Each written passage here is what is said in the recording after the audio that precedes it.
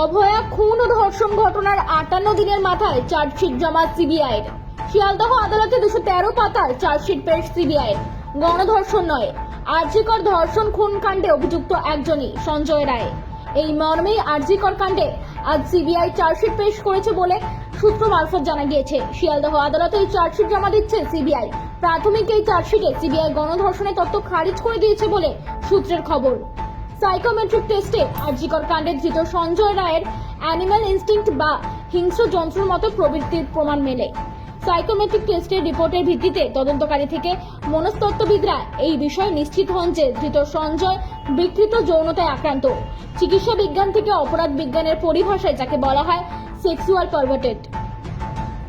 Bureau report, Arabi news.